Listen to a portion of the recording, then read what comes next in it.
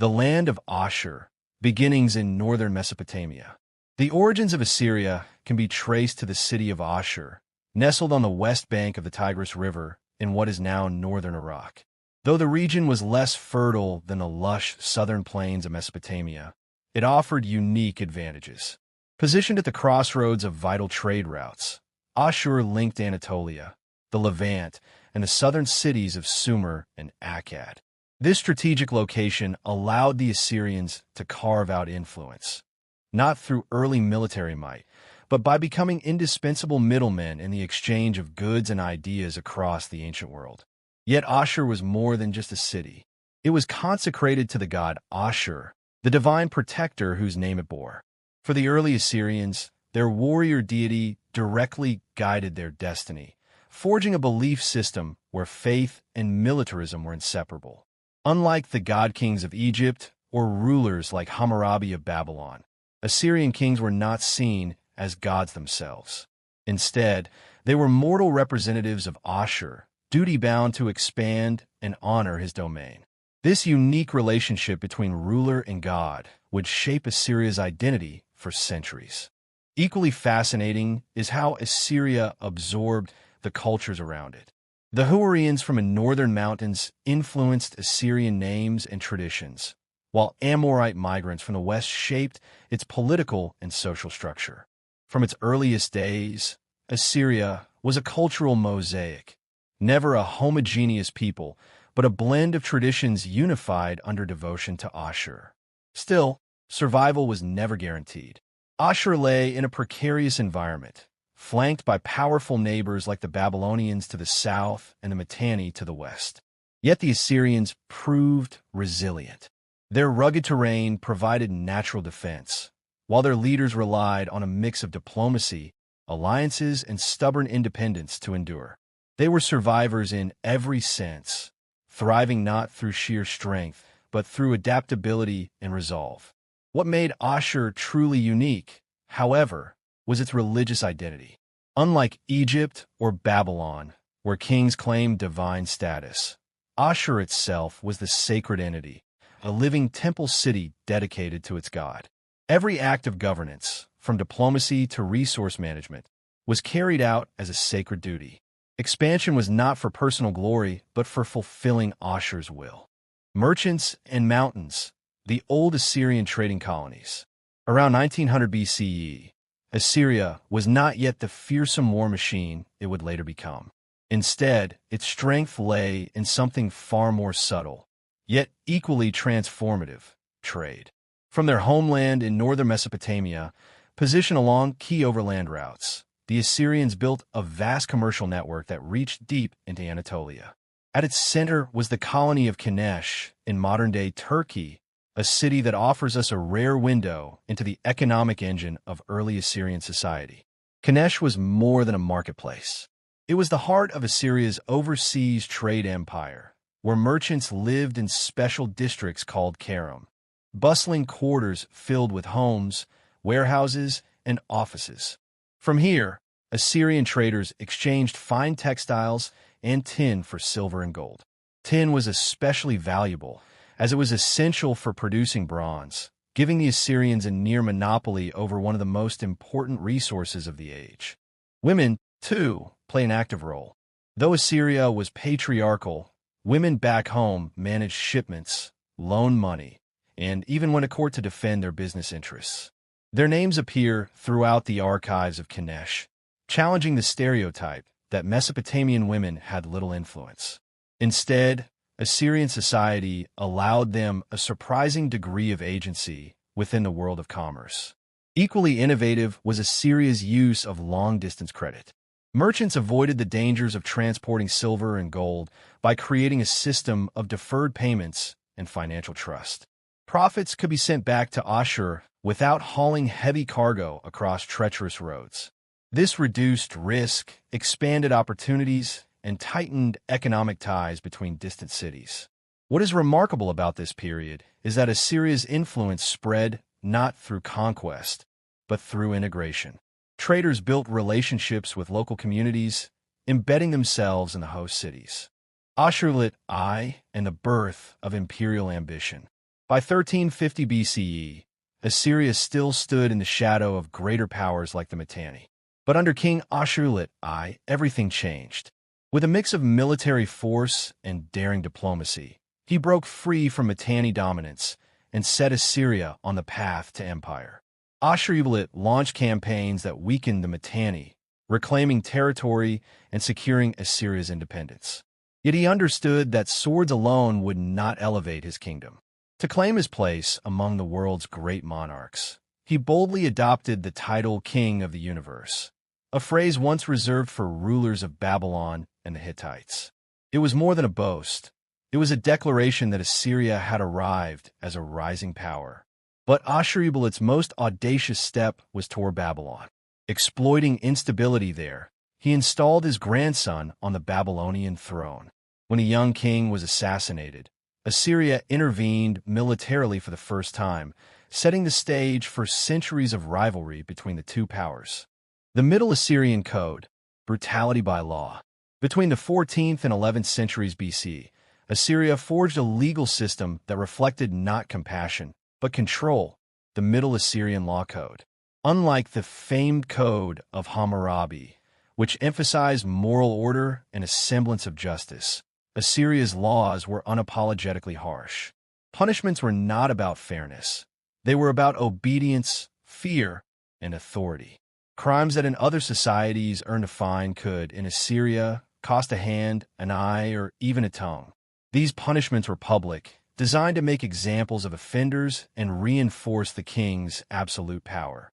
The law became less a reflection of justice and more a performance of discipline, reminding everyone that disobedience had a price. The code also extended to the army, land, and commerce, reflecting Assyria's militaristic structure. Soldiers who deserted could be executed without ceremony. Land and property were tightly controlled under royal authority, and even slaves were bound by laws meant to protect their economic value rather than their humanity. Tiglath-Pileser and the first sack of Babylon. In the 13th century BC, King Tiglath-Pileser carved his place in history with a shocking act, the conquest of Babylon. For centuries, Babylon had symbolized southern Mesopotamian culture and dominance, a city Assyria regarded with awe and rivalry. By seizing it, Tiglath-Pileser declared that Assyria was no longer a peripheral power. It was ready to lead Mesopotamia. The conquest was devastating. Babylon was plundered, its treasures looted.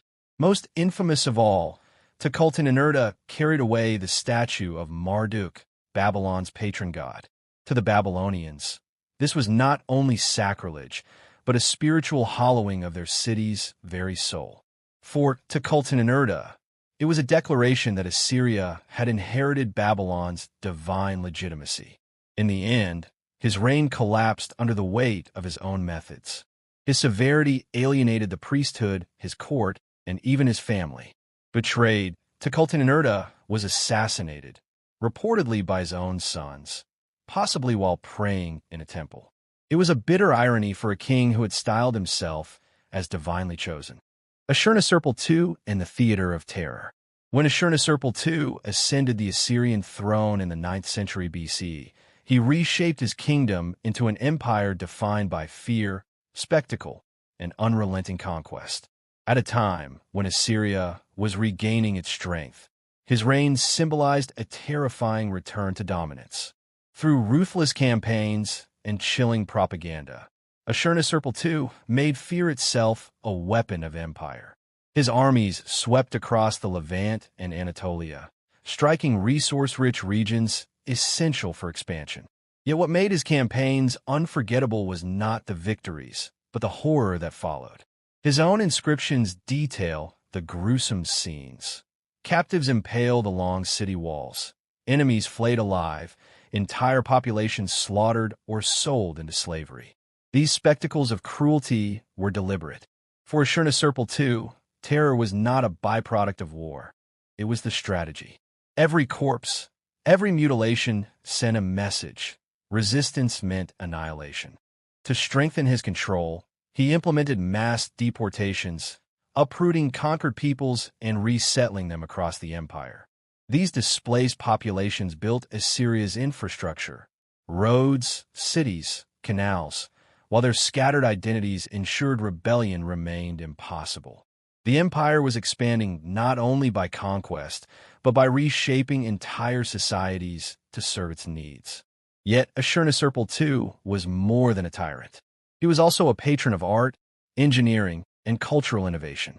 Assyrian art under his reign became highly stylized and symbolic, its standardized motifs reinforcing imperial order. Advances in irrigation and craftsmanship supported both his military campaigns and the grandeur of Kalhu. The king understood that terror might win battles, but prosperity secured empires. Ashurbanipal II ruled through a calculated balance of cruelty and magnificence. He engineered an empire where terror was the foundation of obedience, but monumental architecture and cultural patronage provided the facade of divine order. Through conquest, displacement, and spectacle, he declared that Assyria was destined to dominate the ancient Near East. Kalhu, Nimrud, a city built to intimidate. Kalhu, or Nimrud, was more than a capital. It was a statement of power. Rebuilt by Ashurbanipal II, the city embodied the might of the Neo-Assyrian Empire. Every element of its design was meant to awe, intimidate, and control. At its heart stood the vast northwest palace, its walls covered in reliefs showing the king trampling enemies, receiving divine blessings, and leading victorious armies. At its gates loomed colossal Lamassu statues, each weighing over 10 tons, their hybrid forms blurring the line between human and divine. These guardians reminded all who entered that Assyrian kingship was sanctioned by cosmic forces. Kalhu was carefully structured to serve both governance and war. Administrative centers ensured efficient control, garrisons kept troops ready for deployment, and massive storehouses held tribute and grain. Beyond this, the city displayed imperial abundance with zoos and botanical gardens filled with exotic animals and rare plants from distant lands. These collections symbolized not just wealth, but the king's dominion over nature itself. Tiglath-Pileser III and the reinvention of empire. By 745 BC, Assyria was unraveling. Powerful governors ruled their provinces like kings, carving out semi-independent states. Borders shrank under foreign pressure, and the once mighty kingdom teetered on collapse. Then came Tiglath-Pileser III. Rising to power, likely through a coup, he seized not only the throne but the chance to reinvent the very idea of empire. His first act was political surgery. The days of hereditary nobles ruling unchecked were over. Tiglath-Pileser reorganized the state into centrally controlled provinces, each governed by officials he appointed personally. Loyalty no longer flowed to aristocrats. It flowed directly to the crown. This single reform gutted the old aristocracy and created one of history's first tightly run bureaucracies. War under Tiglath-Pileser was no longer episodic raiding. It was a continuous, calculated machine of expansion. Yet conquest alone wasn't enough. Tiglath-Pileser turned mass deportation into a system of control. Whole populations were uprooted, not just elites or captives. Cities emptied of their people could never rebel again, while deportees were resettled in strategic areas, providing labor and reinforcing loyalty where it mattered most. The result was a deliberate reshaping of the empire's demographic map. Resistance shattered, productivity secured. The fall of Israel and the Assyrianization of the Levant. Israel stood on the edge of collapse. For years, it had bowed to Assyrian power, paying tribute under pressure while rebellion brewed beneath the surface. At last, that defiance erupted. Shalmaneser V, the Assyrian king, answered with overwhelming force. His armies besieged Samaria, Israel's capital, in a campaign that dragged on for 3 years. When Samaria finally fell, the northern kingdom ceased to exist. Its people, the so-called 10 lost tribes, vanished from history.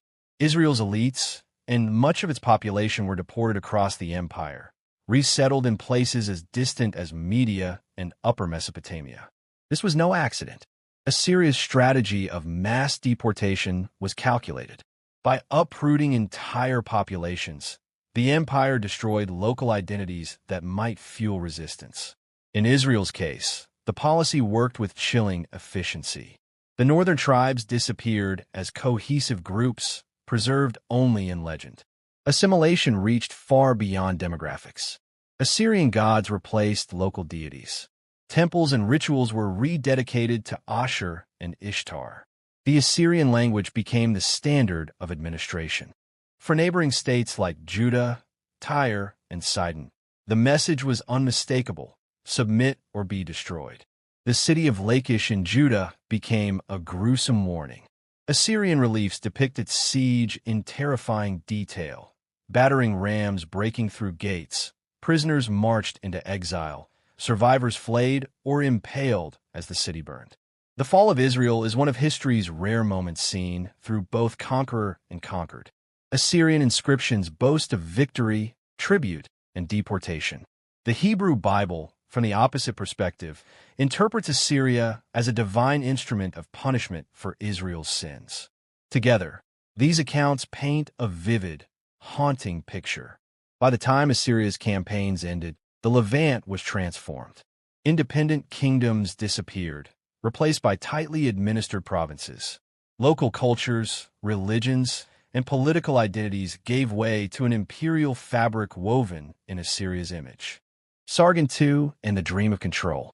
In 722 BC, Sargon II seized the Assyrian throne under shadowy circumstances. Officially, he succeeded Shalmaneser V, but many suspect a coup. From this uncertain beginning, Sargon forged a reign defined by ambition. His goal was nothing less than to reorder the world under Assyrian control. His first challenge came from Babylonia. Allied with Elam, the southern kingdom threatened Assyria's dominance. Sargon crushed the resistance, marched into Babylon, and crowned himself king of Babylon. Like Tiglath-Pileser III before him, he fused military conquest with symbolic unification, binding Assyria to Mesopotamia's cultural heartland. From there, Sargon turned westward. He stamped out lingering revolts in Israel, suppressed Egyptian-backed rebels in Gaza, and pushed Assyrian power as far as Cyprus. Each campaign was more than conquest. It was a statement. No region, however distant, would be allowed to challenge Assyria. But Sargon's vision extended beyond war. To embody his ideals of order and control, he built a new capital, Dur-Sharrukin, fortress of Sargon. Planned with mathematical precision, the city had distinct zones for administration, the military, and residential life. Its walls and palaces projected both organization and divine authority. Dur-Sharrukin was not just a city. It was Sargon's vision of empire made stone. Yet he would never see it completed. In 705 BC, Sargon marched to war once more, this time against the Cimmerians, nomadic raiders from the north. He was killed in battle. His body never recovered. For the Assyrians, this was a terrible omen. Kings were meant to die in their palaces, not in foreign fields. Many believed the gods had abandoned him. His death left the empire shaken, burdening his son, Sennacherib, with the task of restoring divine favor and imperial confidence. Sargon II proved that empire was more than victory on the battlefield.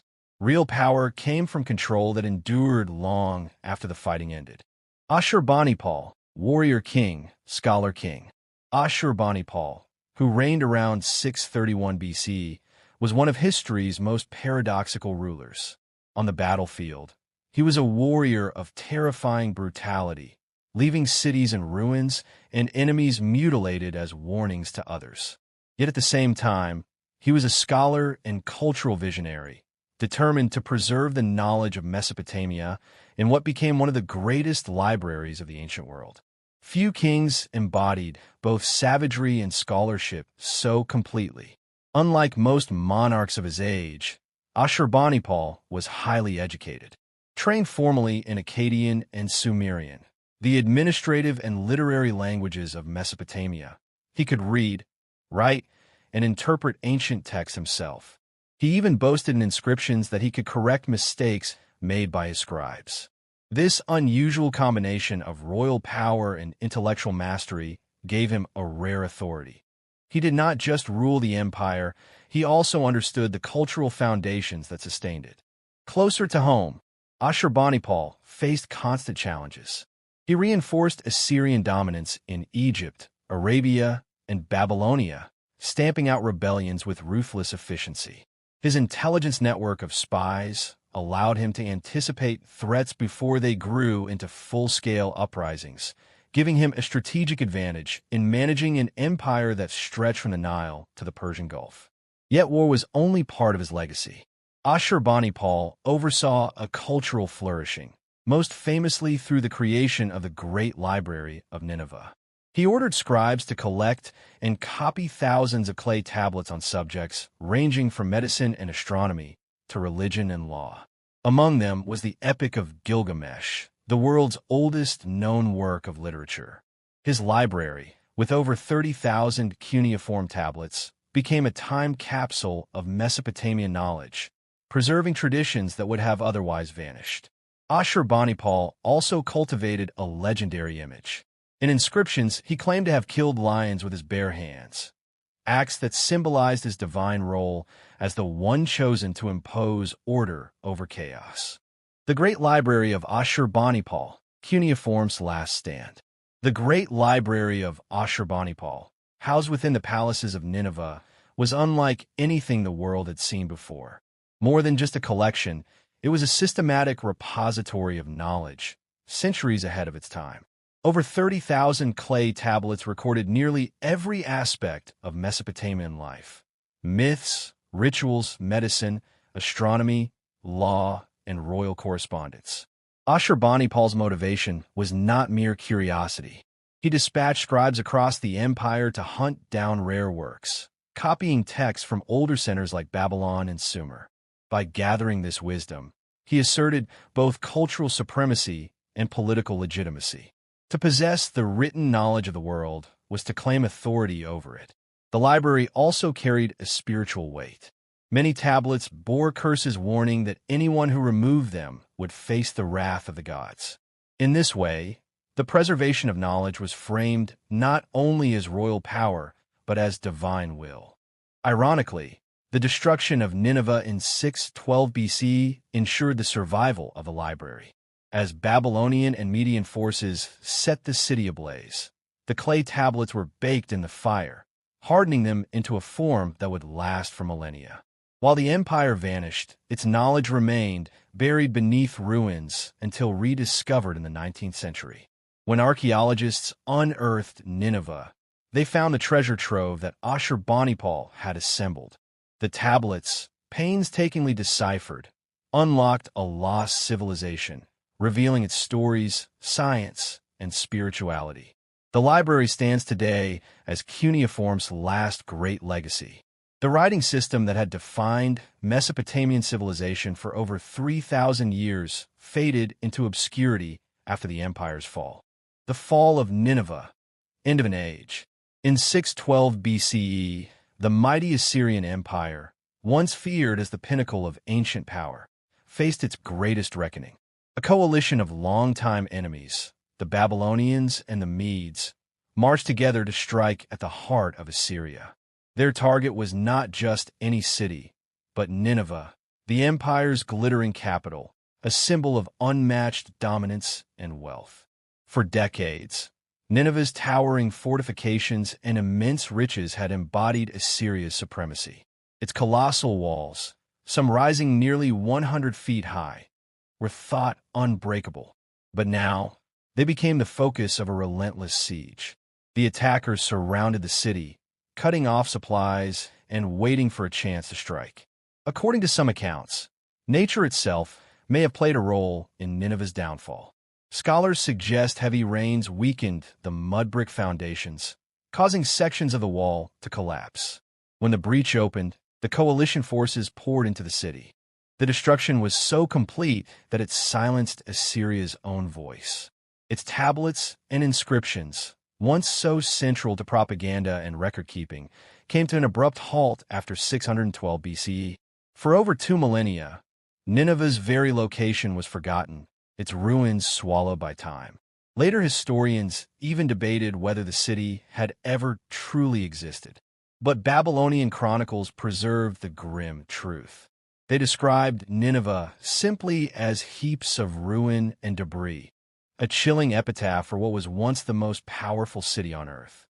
For Babylon and Media, long oppressed by Assyria's campaigns, Nineveh's destruction symbolized justice. Biblical prophets echoed the sentiment, casting its fall as divine punishment. The prophet Nahum declared, "The lion's den is no more." Nineveh became a warning, a tale that even the mightiest empires can crumble when arrogance and cruelty reach their peak. The last stand at Haran and Carchemish. After Nineveh's destruction, the Assyrian Empire was a shadow of its former self. Ashurbanipal II, the last Assyrian king, fled with survivors to Haran, a modest trading hub. But Haran was no Nineveh. It lacked the walls, the splendor, and the symbolic weight of the fallen capital. Egypt stepped in as Assyria's only ally. Pharaoh Necho II sought to keep Assyria alive as a buffer against Babylonian expansion. But this support was too little, too late. In 610 BCE, Babylonian and Median forces besieged Haran. The city fell, scattering the last stronghold of Assyrian power. Still, Ashurbanipal II refused to surrender. For years, he maneuvered desperately, clinging to hope. His final stand came in 605 BCE at the Battle of Carchemish, alongside his Egyptian allies. But here, fate delivered the final blow. Rediscovery, from lost empire to museum icon. After its fall, Assyria faded into silence. To the Greeks and Romans, it was little more than a distant memory, known only through fragments of legend and biblical warnings. By the medieval era, Nineveh and Assur had vanished entirely beneath the sands of Mesopotamia. That silence ended in the 19th century. Western explorers noticed strange mounds across northern Iraq, vast hills that turn out to be the buried ruins of Assyria's great cities. In the 1840s, English explorer Austen Henry Layard excavated Nimrud and Nineveh. What he uncovered stunned the world. Colossal palaces, intricate stone reliefs, and massive winged bull statues, the Lamassu, that had once guarded Assyrian gates. At first, Layard believed he had found cities linked to the biblical figure Nimrod. But as scholars deciphered cuneiform inscriptions, the true identity of the Assyrians emerged. For the first time in over 2,000 years, their kings, Ashurbanipal, Sennacherib, Tiglath-Pileser, spoke again. Modern Assyrians, survival beyond the empire. Though their empire collapsed, the Assyrian people endured. Modern Assyrians trace their heritage back to ancient Mesopotamia, preserving identity through language, faith, and tradition. Central to this survival is Neo-Aramaic, a direct linguistic descendant of Assyria's tongue. Many Assyrians also embraced Christianity early on, blending new faith with ancient customs. In the 1st century CE, they became pioneers of theology, medicine, and scholarship. The Church of the East carried Christianity as far as Persia, India, and China. But survival was not without hardship. Assyrians endured centuries under Persians, Greeks, Romans, Arabs, and Ottomans. In the 20th century, they suffered massacres during the Ottoman genocide campaigns, forcing many into global exile. Today, millions of Assyrians live across the Middle East, Europe, North America, and Australia. They preserve their heritage through festivals like Akitu, the Assyrian New Year, celebrated each April. With roots stretching back over 4,000 years, Akitu connects modern Assyrians with their ancient ancestors.